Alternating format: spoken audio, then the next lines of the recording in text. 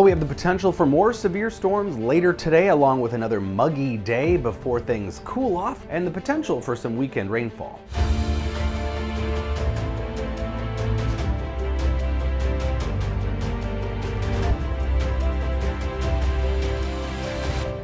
So we have a warm, muggy day again today, back well into the 80s, dew points in the 60s, maybe even flirting with 70.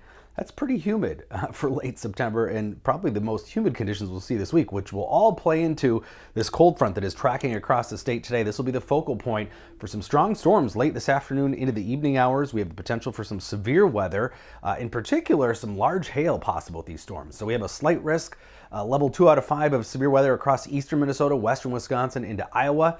And in particular, we have that hatched area, which means there's a particular concern for large hail, but can't rule out a few tornadoes too. There is the possibility of some supercells with an initial development, but already this morning, the hail parameters were pretty high in the 2-inch hail size range, and that whole area, those conditions are shifting eastward through the day today. So plenty of instability. Cape convective available potential energy in the almost 3,000 joule range here across eastern Minnesota, ahead of that front, right at peak heating of the day. And some modest shear. This is looking a little less than what it was. So maybe some of the tornadic threat is a little lower than what it had been looking like the last couple of days. But either way, there will still be some very strong storms. Supercell index is still looking pretty decent too.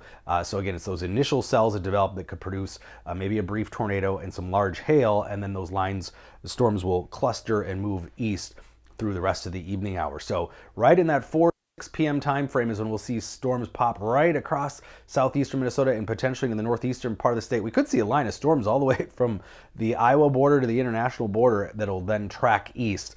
Still warm tomorrow, low 80s, 70s to the north, but the big difference tomorrow will be in dew points. So ahead of that front, very muggy air yet today, but you can see that drier air pushing eastward overnight. So tomorrow will be much more comfortable. Dew points will be in the 50s. With those temperatures near 80. So a little cooler, but a lot less humid. And even cooler air is coming for the weekend, despite what happens with the rainfall. Looks like mostly 60s on Sunday, but the models continue to track south with this weekend system. It's been kind of all over the place, but now the European, American, and Canadian models, all three in agreement that we see maybe a little rain late Saturday into Sunday, Monday, but mostly the bulk of it's going to fall across Nebraska, Iowa, and Illinois. So when we look at 48-hour rainfall totals for that Saturday to Monday period, again, you can see the European model has a little bit here in Minnesota, but the bulk of it to the south across Iowa and Nebraska. And we could use the rain because after this weekend chance, the extended period looks dry, below normal rainfall forecast in the 8 to 14-day outlook from the Climate Prediction Center. And we have slipped back into drought for parts of southwestern Minnesota, the southwestern corner of the state. Murray, Pope, Nobles County in moderate drought for the first time since May. A little more than 50% of the state considered abnormally dry now, too.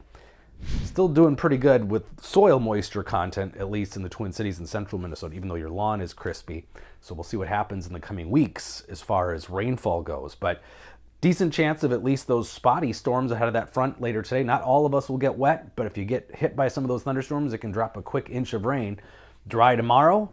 Again, maybe a few showers around late Saturday into Sunday and Monday, but it is looking like the bulk of that rain will fall to our south, but we do get the cool air from that system regardless. Upper 60s Sunday, Monday, which is only a couple degrees below normal, already climbing back to or above normal by Tuesday, Wednesday. In fact, we could see mid-70s again by the middle of next week.